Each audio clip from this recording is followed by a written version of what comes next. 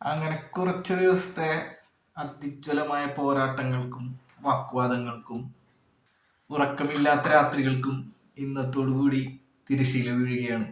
ജയിച്ച സ്ഥാനാർത്ഥികൾക്ക് ഇനി പഞ്ചായത്തിലോട്ട് പോകാം. പോസ്റ്റർ ഒട്ടിച്ചവർക്കും ബോർഡ് എഴുതിയവർക്കും നാളെ മുതൽ ജോലിക്ക് പോകാം. അനീതിക്കെതിരെ പ്രതികരിക്കാൻ തീരുമാനിച്ച് പോരടിച്ച് തോറ്റുപോയെങ്കിലും നാട്ടുകാർക്കൊരു നേതാവിനെ കിട്ടിയെന്ന് സമാധാനിക്കാം. നിറയെ പായലുകളുള്ള ഒരു കുളത്തിലോട്ട് ഒരു കല്ല് വീഴുമ്പോൾ ഉണ്ടാകുന്ന ഒരു പ്രതിഭാസമാണ് ഈ തിരഞ്ഞെടുപ്പ് സമയങ്ങളിൽ സംഭവിക്കുന്നത്. ഈ പായലുകളെല്ലാം കുറച്ച് സമയത്തേക്കെങ്കിലും പല ദിശകളിലേക്ക് അകന്നു പോകും. പക്ഷെ ഇതൊന്നും ഒരു സ്ഥായിയായ അകൽച്ചയല്ല.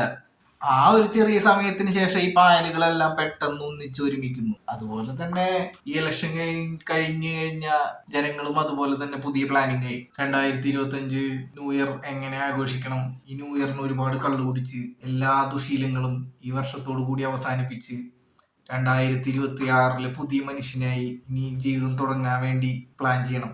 പ്ലാനിങ് തുടർന്നുകൊണ്ടേയിരിക്കട്ടെ.